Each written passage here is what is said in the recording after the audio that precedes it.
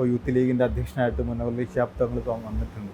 അപ്പം അങ്ങനെ പല ഘട്ടത്തിൽ ലീഗിൻ്റെ സംസ്ഥാന അധ്യക്ഷൻ മാത്രമല്ലല്ലോ, മുസ്ലിം ലീഗിൻ്റെ ജില്ലാ അധ്യക്ഷനാണ് താങ്കളുടെ പിതാവ്.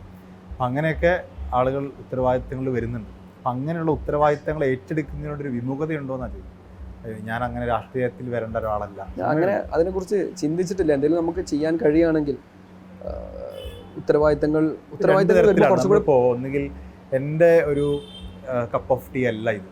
അതുകൊണ്ട് ഞാൻ സ്പിരിച്വൽ ആയിട്ടുള്ള അല്ലെങ്കിൽ എൻ്റെതായ വ്യക്തിപരമായ മാർഗത്തിൽ പോകാൻ ഇഷ്ടപ്പെടുന്നതാണ്. അല്ലെങ്കിൽ രാഷ്ട്രീയത്തിൽ നേതൃത്വത്തിലേക്ക് വന്നാൽ ഇങ്ങനെയൊക്കെയാണ് ഈ പ്രസ്ഥാനത്തെ മുന്നോട്ട് കൊണ്ടുപോകേണ്ടെന്നൊരു കാഴ്ചപ്പാട് നമുക്കുള്ളിലുണ്ടാവും. ഇതിലേത് അത് എല്ലാവർക്കും ഉണ്ടാവില്ലേ, ഇന്ന കാര്യങ്ങൾ എനിക്ക് കിട്ടിയാൽ ഞാൻ ഇങ്ങനെയൊക്കെ ചെയ്യും എന്നൊക്കെ എല്ലാവർക്കും മനസ്സിലുണ്ടാവും. അതുപോലെ എനിക്കും ഉണ്ടായേക്കാം. ആത്മീയത പൊളിറ്റിക്സിൽ അപ്ലൈ ചെയ്യുകയാണെങ്കിൽ പൊളിറ്റിക്സ് കുറച്ചുകൂടി സുന്ദരാവും. നമ്മൾ കേരളത്തിൽ ഉണ്ടായ വലിയ മുന്നേറ്റങ്ങളൊക്കെ ഇല്ലേ, ശ്രീനാരായണ ഗുരുവിന്റെ മുന്നേറ്റങ്ങളും നവോത്ഥാന മുന്നേറ്റങ്ങളൊക്കെ ആത്മീയത ഉണ്ടല്ലോ അതിലൊക്കെ. ഒരു സ്പിരിച്വൽ പ്ലസ് ബ്ലെൻഡ് ചെയ്തിട്ടുള്ള മൂവ്മെന്റ് ആണ്. അപ്പോഴേ മനുഷ്യർക്ക് റിലേറ്റ് ചെയ്യാൻ കഴിയുള്ളൂ എനിക്ക് തോന്നാറുണ്ട്. ആ നേതൃത്വത്തിലേക്ക് വരുന്നതിന് തടസ്സമില്ല.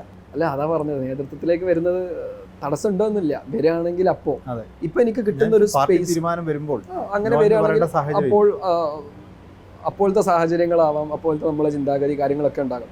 ഇപ്പോൾ ലഭിക്കുന്ന സ്പേസിൽ ഞാൻ അൽഹംദുലില്ലാ സാറ്റിസ്ഫൈഡ് ആണ്. എനിക്ക് പലതും ചെയ്യാൻ കഴിയുന്നു.